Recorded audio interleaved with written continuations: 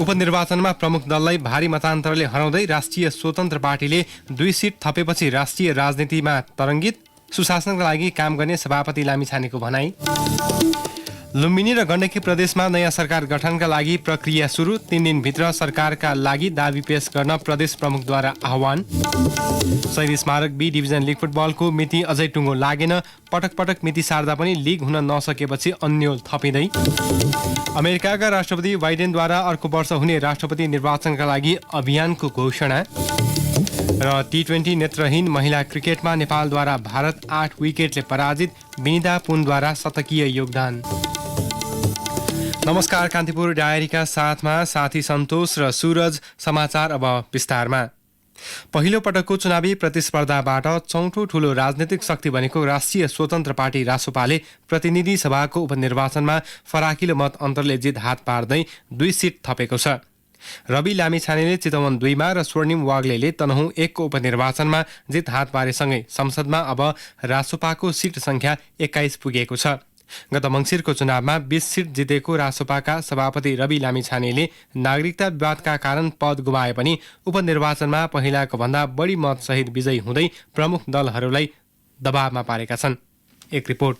Party स्थापनाको छोटो समयमै प्रतिनिधि सभातर्फ प्रत्यक्ष 7 र समानुपातिकमा 13 सिट जितेर चौथो शक्ति बनेको रासोपाले उपनिर्वाचनमा प्राप्त गरेको सफलताका कारण राष्ट्रिय राजनीतिलाई थप तरङ्गित बनाएको छ। नागरिकता विवादका कारण सांसद पद खारेजीमा परेपछि आलोचना खेपेका सभापति लामिछानेले उपनिर्वाचनमा चितवन क्षेत्र नम्बर 2 बाट 54,176 मत प्राप्त गर्दै पुनः संसद प्रवेशको ढोका खोलेका छन्। उनले आफ्ना निकटतम प्रतिस्पर्धी गठबन्धनका साझा उम्मेद्वार जितनारायण श्रेष्ठलाई 42,962 मतले पराजित गरे। श्रेष्ठले 11,314 मत प्राप्त गर्दा एमाले उम्मेद्वार रामप्रसाद न्युपानेले 10,926 मत प्राप्त गरे। गत मङ्सिर 4 गते सम्पन्न निर्वाचनमा लामिछानेले 49,261 मत ल्याएका थिए। त्यति बेला गठबन्धनका साझा उम्मेद्वार नेपाली कंग्रेसका उमेश श्रेष्ठले 15,079 मत प्राप्त गरेका थिए भने एमालेका कृष्णभक्त पोखरेलले 14,649 मत प्राप्त गरेका थिए। गत मङ्सिरमा सम्पन्न निर्वाचन र आइतबार सम्पन्न उपनिर्वाचनबाट प्राप्त मतलाई आधार मान्ने हो भने लामिछानेले 4,915 मत बढी प्राप्त गरेका छन्। नागरिकता विवादका कारण पद खारेजीमा परेपछि उपप्रधान तथा गृहमन्त्रीबाट 32 दिनमै बाहिरिएपछि लामिछानेको चुनावी प्रतिस्पर्धालाई महत्त्वका साथ हेरिएको थियो। उनले मत बढाउँदै परम्परागत भनिएका दललाई निकै पछाडि पारेपछि उनको चर्चा झनै चुलिएको छ। विगतमा जस्तै लामिछानेले अब आफूहरू सुशासनको पक्षमा लाग्ने बताएका छन्। निर्वाचित भएपछि आफ्ना समर्थक माझ उनले भने, बढी अपेक्षा भने कि हामीबाट यो देशमा मौलाएको भ्रष्टाचार नियन्त्रण सबैभन्दा बढी आशा गरियो। सुशासनको आशा सबभन्दा बढी गरिएको हुनाले हाम्रो प्रमुख एजेन्डा सुशासन नै हो। सुशासनकै एजेन्डामा टेकेर हामीले समृद्धिको बाटो तय गर्ने हो। त्यसकारणले त्यही अपेक्षालाई मैले सुरुपर गरेको महसुस गरेको छु। त्यही अपेक्षालाई आम जनताले अनुमोदन गरेको महसुस गरेको छु। नागरिकता विवाद साम्य भएपछि चुनावमा होमिएका लामिछाने सामु आफ्ना सांसदले मेडिकल व्यवसायीसँग घुस मागेको अडियो सार्वजनिक भए पश्चात परेको दबाव समेत झेल्दै चुनावी सफलता हासिल गरेका हुन्। चुनाव प्रचारमा मतदाता माझ पुग्दा कतिपय पक्षले वर्तमान सरकारलाई दिएको समर्थनको विषय उठाएर उनीमाथि थुप्रै प्रश्न उठाएका थिए। चुनाव जितेपछि अब सरकारलाई दिएको समर्थन के हुन्छ भन्ने प्रश्नमा लामिछानेले भनेका छन्, हामी अब छलफल गर्नेछौँ। जुन समर्थन गरिएको छ त्यसमा कतिपय सरकारले औचित्य नदेखिएको जस्तो हामीले पाएका छौँ। निर्वाचनमा व्यस्त हुँदाखेरि हामीले निर्वाचन अगाडि नै भनेका थियौँ। त्यसको अब समीक्षा हामी गर्छौँ। पार्टीमा अब हाम्रो फर्के लगत्तै समीक्षा गर्छौँ, के भयो के भएन। त्यसका आधारमा निरन्तरता दिने नदिने बारेमा हामी छलफल गर्छौँ। तर अहिले त्यति औचित्य देखियो। लामिछानेको जितसँगै रासोपाका लागि अर्को सफलता भनेको कंग्रेसको विरासत जोडिएको तनहुँ 1 बाट स्वर्णिम वाग्लेको जित पनि हो। कंग्रेस र एमालेका उम्मेद्वारलाई पछाडि पार्दै वाग्लेले संसदीय यात्रा सुरु गरेका छन्। निर्वाचित भएपछि वाग्लेले मतदाता माझ गरेका प्रतिबद्धता पूरा गर्ने बताएका छन्। उनले भने, तनहुँको विकास गर्ने, त्यसमा सहजीकरण गर्ने, सहकार्य गर्ने, विभिन्न यो एक्लै गर्ने कुरा पनि होइन। सबै चाहिँ जनप्रतिनिधिहरूसँग मिलेर हाम्रो सिभिल सार्वजनिकलाई उपयुक्त परिचालन गर्ने कुराहरू एकदम सक्रिय सकारात्मक भूमिका रहन्छ। तर तनहुँबाट निर्वाचित भएर गएको सङ्घीय संसदको सदस्यले राष्ट्रिय मुद्दाहरूमै बढी काम गर्नुपर्ने हुन्छ र त्यताप्रति मेरो ध्यान छ। अहिले 2टा ठुला ज्वलन्त समस्या समस्याहरू छन्। एउटा यो राजनीति नै ट्र्याकबाट बाहिर गएको छ। यो राजनीति अलिकति विकृत अभ्यासमा हामी छौँ, त्यसलाई सम्झाउने केही नीतिगत विधिका कुराहरू र अभ्यासका कुराहरू छन्, आचरणगत कुराहरू छन्, अवधारणागत कुराहरू छन्। त्यसमा मेरो सक्रिय चाहिँ सार्वजनिक बहसहरू र पार्लियामेन्ट्री फोरमबाट पनि कुराहरूलाई चर्चित अर्थशास्त्री वाग्लेलाई पार्टीमा भित्राएर चुनाव जिताउन सफल रासुपाले संसद र सत्ता समीकरणमा खेल्ने भूमिकालाई व्यग्रताका साथ हेरिएको छ। चुनावी सफलतापछि पार्टी र नेता विशेषले आफूहरूलाई कसरी प्रस्तुत गर्छन् त्यसमा नै आम अपेक्षा अनुसार काम गर्ने उनीहरूको प्रतिबद्धता झल्किने प्रश्न छ। रासुपाले 2 सिट थप्दा सत्ता समीकरणमा प्रत्यक्ष असर नपारे पनि नयाँ दलप्रति उपनिर्वाचनमा प्रकट भएको जनमतले प्रमुख दलहरूलाई भने झस्काएको छ। रेडियो कान्तिपुरका लागि सन्तोष गन्धर्व। प्रतिनिधि सभा सदस्य उपनिर्वाचन अन्तर्गत जारी मतगणना अनुसार 12-2 जनता समाजवादी पार्टी जसपाका अध्यक्ष उपेन्द्र यादवले अग्रता कायम राख्नु भएको छ। जनमत पार्टीका शिवचन्द्र कुशवाहाले मतान्तर घटाउँदै यादवलाई पछ्याइरहनु भएको छ। पछिल्लो मत परिणाम अनुसार जसपाका यादवले 22,552 मत ल्याउँदा जनमतका कुशवाहाले 19,923 मत प्राप्त गर्नुभएको छ।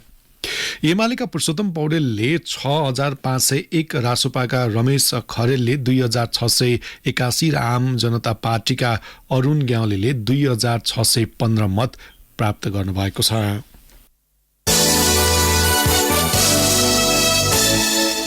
लुम्बिनी प्रदेश प्रमुख अमिक शेरचनले सरकार गठनका लागि आह्वान गर्नुभएको छ। उहाँले संविधानको धारा 168 को उपधारा 2 अनुसार बहुमतसहित 3 दिनभित्र मुख्यमन्त्रीमा दाबी पेश गर्न समय दिनुभएको हो। मुख्यमन्त्री लीला गिरीले विश्वासको मत प्राप्त गर्न नसकेपछि सरकार ढलेको थियो। एमाले संविधानको धारा 168 को उपधारा 3 अनुसार र गठबन्धन दलका नेताहरूले उपधारा 2 अनुसार सरकार गठनका लागि आह्वान गर्न आग्रह गर्दै हिजै प्रदेश प्रमुख शेरचन समक्ष निवेदन दिएका थिए। लुम्बिनी प्रदेशमा एमालेका 29, कांग्रेसका 27, माओवादी केन्द्रका 10, नागरिक उन्मुक्तिका 4, जसपा, लोसपा र जनमतका 3, एकीकृत समाजवादी, राष्ट्रिय जनमोर्चा र स्वतन्त्र गरी 1 सांसद छन्। यता गण्डकी प्रदेश प्रमुख पृथ्वीमान गुरुङले सरकार गठनका लागि आह्वान गर्नुभएको छ। प्रदेश प्रमुख गुरुङले संविधानको धारा 168 को उपधारा 2 अनुसार सरकार गठन गर्न 3 दिनभित्र बहुमत सहित दाबी पेश गर्न आह्वान गर्नुभएको हो। एमाले नेतृत्वको सरकार ढलेपछि नयाँ सरकार गठनको प्रक्रिया सुरु भएको छ। 60 सदस्यीय प्रदेश सभामा सरकार गठनका लागि 31 सांसदको आवश्यकता पर्दछ। गण्डकीमा सबैभन्दा ठूलो दलको हैसियतले कांग्रेसको 27 सभामुख सहित माओवादीको 8, एमालेको 22, राप्रपाको 2 सिट छ। कांग्रेस र माओवादी केन्द्रले आलोपालो सरकारको नेतृत्व गर्ने गरी मुख्यमन्त्रीमा दाबी गर्ने तयारी गरेका छन्।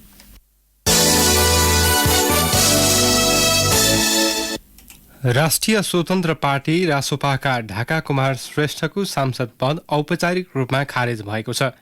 मेडिकल व्यवसायी दुर्गा प्रसाईसँग घुस मागेको अडियो सार्वजनिक भएपछि स्वतन्त्र पार्टीले श्रेष्ठको पद खारेज गर्न संसद सचिवालयलाई पत्रचार गरेको थियो।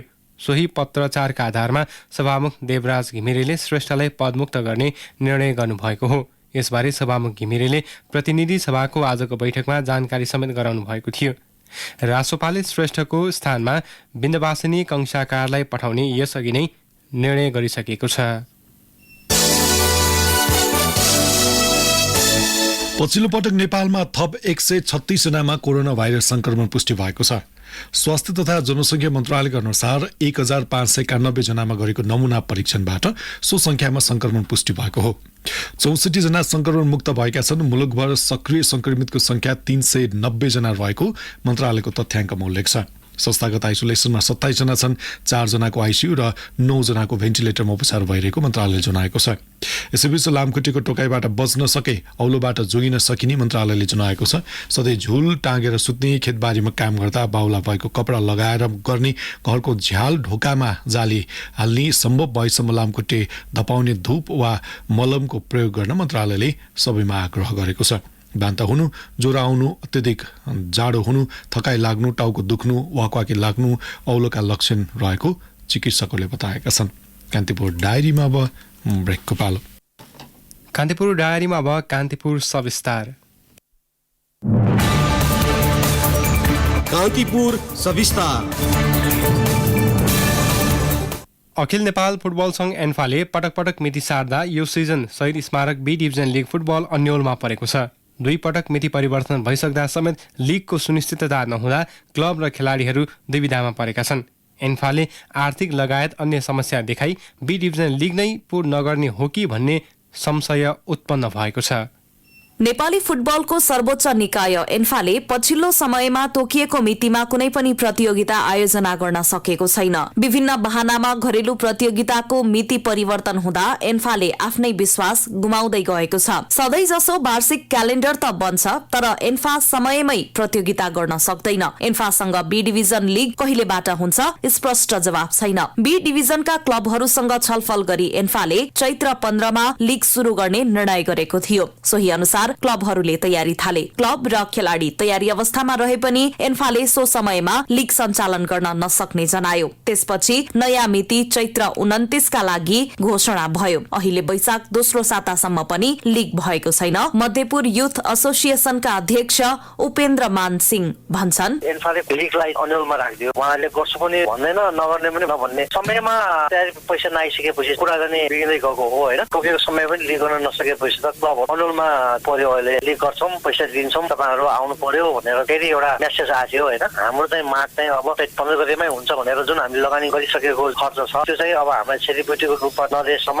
अब हामी चाहिँ अगाडि नबढ्ने भन्ने कुराहरु चाहिँ हामीले राखेका छौं। लिग चाहिँ खेल्नेमा छ हामी सबैजना डिभिजन क्लबहरु। पर्याप्त प्रायोजक नहुँदा एन्फा आर्थिक संकटमा परेको र बी डिभिजन लिग सञ्चालनमा ढिलाइ भएको सुनिनमा आए पनि एन्फाले स्पष्ट पारेको छैन। घरेलु लिग सञ्चालनका लागि एन्फा अन्तर्राष्ट्रिय फुटबल महासंघ फिफाको मुख ताकेर बसेको छ। फिफाले रकम पठाएपछि मात्रै बी डिभिजन लिगबारे निर्णय गर्ने एन्फाको तयारी छ। उता फिफाले भने एन्फाले लिगबारे निर्णय पठाएपछि मात्र रकम भुक्तानी गर्ने जनाएको छ। यसअघि फिफाले काठमाडौँमा जारी ए डिभिजन लिगको तयारीका लागि रकम भुक्तानी गरेपछि मात्रै लिग शुरू भएको थियो। बी डिभिजनका 14 क्लबलाई तयारी स्वरूप एन्फाले 50-50 हजार रुपैयाँ अग्रिम उपलब्ध गराउनु पर्ने हो। तर क्लबहरूले आफ्नै खर्चमा तयारी थालेका हुन्। तयारी र व्यवस्थापनका सन्दर्भमा छलफल गर्दै जाँदा बी डिभिजन लिग केही समयपछि धकेलिन पुगेको एन्फाका महासचिव किरण राई बताउँछन्, विवाद छैन। तयारी र व्यवस्थापनको सन्दर्भमा अलिकति छलफलहरू गर्दै अगाडि बढ्दाखेरि अलिकति ढिलो भइरहेको हो। त्यस्तो धेरै ठुलो विवाद केही होइन। क्लबहरूसँग बैठक बस्छौँ। बगैँचा रकम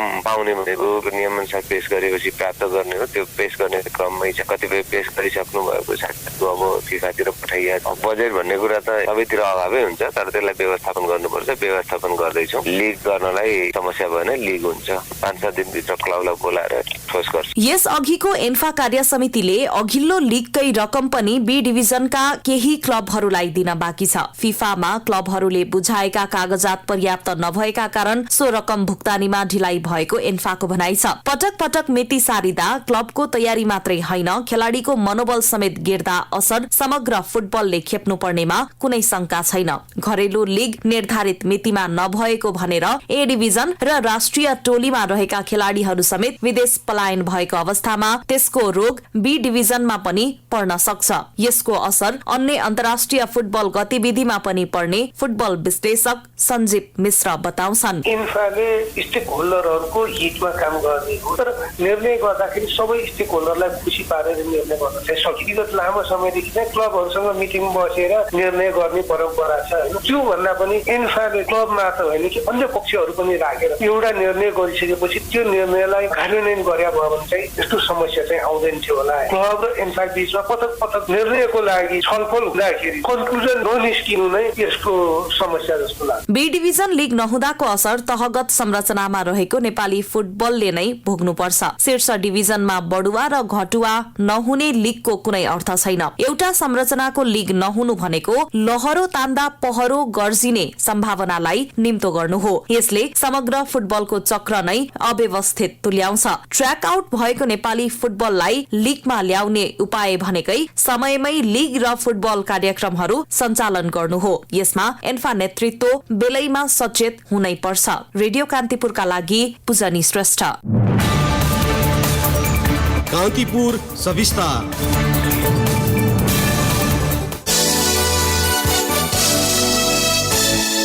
नागरिक उड्डयन प्राधिकरणले फ्लाइ दुबईका नेपाल प्रमुख र स्टेसन म्यानेजरको पास तत्कालका लागि रोक्का गरेको छ। फ्लाइ दुबईको जहाजको इन्जनमा भएको आगलागीको घटनामा चढा ठोकिएको भ्रमपूर्ण सूचना फैलाएको दावी गर्दै प्राधिकरणले उनीहरूको पास तत्कालका लागि रोक्का गरेको हो। प्रमाण बिना दुबईबाट गलत सूचना फैलाउने दुवैजनाको पास तत्कालका लागि रोक्का गरिएको प्राधिकरणका महानिर्देशक प्रदीप अधिकारीले बताउनु भएको छ। निर्णय नभएसम्मका लागि उनीहरूलाई विमानस्थल प्रवेशमा रोक लगाइएको पनि उहाँले बताउनुभयो।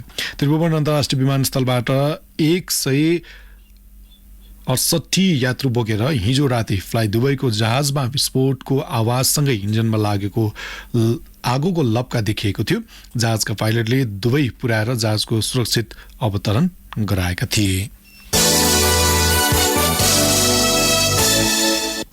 सरकारले काठमाडौँ तराई मधेस फास्ट ट्र्याकको सम्बन्धमा जग्गा प्राप्तिको विषयलाई छिटो टुङ्ग्याउने निर्णय गरेको छ। सिंहदरबार स्थित प्रधानमन्त्री तथा मन्त्री परिषदको कार्यालयमा बसेको मन्त्री परिषद बैठकले फास्ट ट्र्याकको सम्बन्धमा जग्गा प्राप्तिको विषयलाई छिटो टुङ्ग्याउने निर्णय गरेको भौतिक पूर्वाधार तथा यातायात मन्त्री प्रकाश ज्वालाले जानकारी दिनुभयो। उहाँका अनुसार बैठकमा सशस्त्र प्रहरी बलको नियमावली संशोधन गर्ने निर्णय पनि भएको छ। कृषि तथा पशुपन्छी विकास मन्त्रालयको गुणस्तर नापतौल सम्बन्धी विधेयक समितिमा पठाउने निर्णय पनि बैठकले गरेको छ। मन्त्री ज्वालाले जग्गा कित्ता काट सम्बन्धी विषयलाई अर्थ तथा प्रशासन समितिमा पठाउने निर्णय गरेको समेत जानकारी दिनुभयो। कान्तिपुर डायरीमा अब सर्लाही डायरीको पालो। सर्लाही डायरीबाट ओम प्रकाश ठाकुरको नमस्कार। सर्लाहीमा दिनहुँ जसो आगलागीका घटना भइरहे पनि दमकल पुग्न सकिरहेको छैन। कतिपय स्थानमा दमकल पुगे पनि प्राविधिक त्रुटिले आगो निभाउन समस्या हुने गरेको छ। 20 स्थानीय तह रहेको जिल्लामा 2 नगरपालिकामा मात्र बारुण यन्त्र छ। उपलब्ध भएका दमकल पनि बिग्रिएर थन्किएका कारण आगलागी हुँदा नागरिकले क्षति बेहोर्न बाध्य छन्। आगलागीको उच्च जोखिम रहेको भन्दै स्थानीयहरू मिलेर दमकल व्यवस्थापन गर्न बारम्बार अनुरोध गरिए पनि स्थानीय सरकारले चासो देखाएका छैनन्। जिल्ला विपद व्यवस्थापन समितिका संयोजक एवं प्रमुख जिल्ला अधिकारी इन्द्रदेव यादवले दमकल बिना आगो निभाउन सम्भव नहुने बताउनुभयो। चन्द्रनगर गाउँपालिकाले 45 जना भूमिहीन सुकुम्बासी परिवारलाई जोतभोग गर्दै आएको गाउँ ब्लकको जग्गाको प्रमाणपत्र वितरण गरेको छ। नापी कार्यालयको सहयोगमा गाउँपालिकाले भूमिहीन दलित परिवारलाई जग्गा धनी पूर्जा वितरण गरेको हो। नापी कार्यालयले पहिलो पटक कुनै पालिकामा गएर लाल पूर्जा वितरण गरेको मलङ्गवा स्थित नापी कार्यालयका प्रमुख सञ्जय मानन्धरले बताउनुभयो। गाउँपालिकाका अध्यक्ष राजकुमार महतोले राष्ट्रिय भूमि आयोग अन्तर्गत चन्द्रनगरमा लगत संकलन भइसकेको भन्दै आवश्यक प्रक्रिया पुर्याई अन्य भूमिहीन दलित सुकुम्बासीलाई लाल पूर्जा उपलब्ध गराउने प्रक्रिया अघि बढेको बताउनुभयो।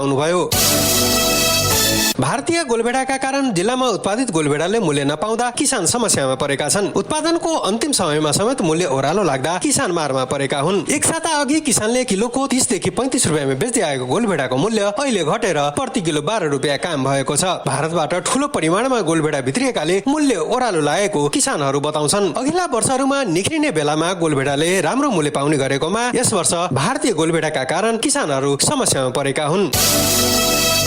चन्द्रनगर गाउँपालिका 3 बडकुरामा एउटा आकस्मिक सुरक्षित आवास भवन प्रयोगमा नआउँदै अर्को भवनको शिलान्यास गरिएको छ। संघीय सरकारको लगानीमा यसअघि बडकुरामै आवास भवन बनाइएको थियो। सडक मिचेर आवास भवन बनाइएको तथा प्रयोगमा पनि नल्याएको भन्दै आलोचना भइरहेका बेला महिला बालबालिका तथा ज्येष्ठ नागरिक मन्त्री महेन्द्र राय यादवले फेरि अर्को भवनको शिलान्यास गर्नु भएको हो। निर्माण गरिएको भवन निजी जग्गालाई प्रभाव पार्ने गरी सडकमै बनाइएको भन्दै अदालतमा मुद्दा समेत परेको छ। हवस् त सर्लाही डायरी आजलाई यतै नै। ओम प्रकाश ठाकुर बिदा हुन्छु। नमस्कार। कान्तिपुर डायरीमा पुनः ब्रेकको पालो। कान्तिपुर डायरीमा अब आर्थिक प्रसङ्ग। अन्तर्राष्ट्रिय गृह श्रमिकहरूको सम्मेलन काठमाडौँमा सुरु भएको छ। होमनेट इन्टरनेसनल नामक संस्थाको आयोजनामा भएको सम्मेलन यही वैशाख 15 गतेसम्म सञ्चालन हुनेछ। भुटान, अफ्रिका, बङ्गलादेश, थाइल्याण्ड, नेपाल लगायत देशका गृह श्रमिकले बनाएका सामग्री प्रदर्शनमा राखिएका छन्। सम्मेलनमा गृह श्रमिकका समस्या, अन्तर्राष्ट्रिय अभ्यास एवं उनीहरूले उत्पादन गरेका सामानको प्रदर्शनी समेत गरिने आयोजक होमनेट इन्टरनेसनलले जनाएको छ। सम्मेलनमा 29 देशबाट 127 गृह श्रमिकका नेताहरूको सहभागिता रहेको होमनेट साउथ एसियाकी क्षेत्रीय संयोजक सृष्टि जोशी मल्लले बताउनुभयो। सम्मेलनमा गृह श्रमिकले झेल्नु परेको बजारको समस्या, सामाजिक सुरक्षाको अभाव र जलवायु परिवर्तनको असर लगायत विषयमा पनि छलफल हुनेछ। धितोपत्र बजार आज दोहोरो अङ्कले बढेको छ। शेयर कारोबारमा पनि नेप्से 70.36 अङ्कले बढेर 1905.68 बिन्दुमा कायम भएको छ। नेप्से उकालो लागेसँगै कारोबार रकम बढेको छ। आज 27,570 किता शेयर खरिद बिक्री हुँदा 88,55,78,000 बराबर कारोबार भयो। अघिल्लो कारोबारको दिन नेप्सेमा 75,13,00,000 रुपियाँ बराबर कारोबार भएको छ।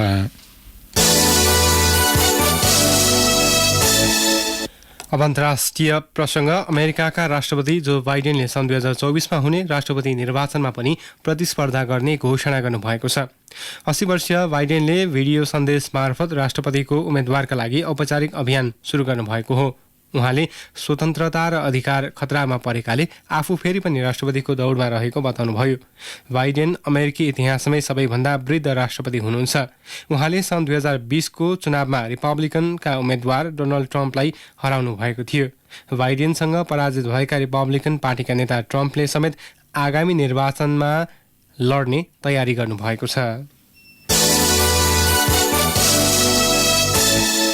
अब खेल प्रसङ्ग। नेपाल र भारत बीचको दृष्टिबिन T20 क्रिकेट सिरिजको पहिलो खेलमा नेपाल विजय भएको छ। नेत्रहीन क्रिकेट सङ्घको आयोजनामा पोखरामा सुरु भएको सिरिजको पहिलो खेलमा नेपालले भारतलाई 8 विकेटले पराजित गरेको हो। पोखरा रङ्गशालामा आज भएको पहिलो खेलमा नेपालले टस जितेर पहिले फिल्डिङ रोजेको थियो। पहिले ब्याटिङ गरेको भारतले 20 ओभरमा 7 विकेट गुमाउँदै 173 रन बनायो। भारतका लागि गङ्गावाले सर्वाधिक 72 रन बनाइन्। सिमु दासले 36 रन जोड्दा अरू ब्याटरको प्रदर्शन उल्लेखनीय रहेन। नेपालका लागि निशा चौधरीले 1 विकेट लिँदा भारतका 6 जना ब्याटर रन आउट भए। 174 रनको लक्ष्य पछ्याएको नेपालका लागि विनिता पुनले उत्कृष्ट प्रदर्शन गरिन्। उनले 57 बलमा 17 चौका प्रहार गर्दै 111 रन जोडिन्। सिरिज अन्तर्गत दोस्रो खेल भोलि पोखरा रङ्गशालामा हुनेछ। दोस्रो खेलपछि 3 खेल भने काठमाडौँको मुलपानी क्रिकेट मैदानमा खेलाइने जनाएको छ। वैशाख 15, 16 र 17मा मुलपानीमा खेल हुने तालिका छ। सिरिज विजेताले 75,000 नगद पुरस्कार पाउने छन् भने उपविजेताले 45,000 रुपियाँ पुरस्कार पाउनेछन्।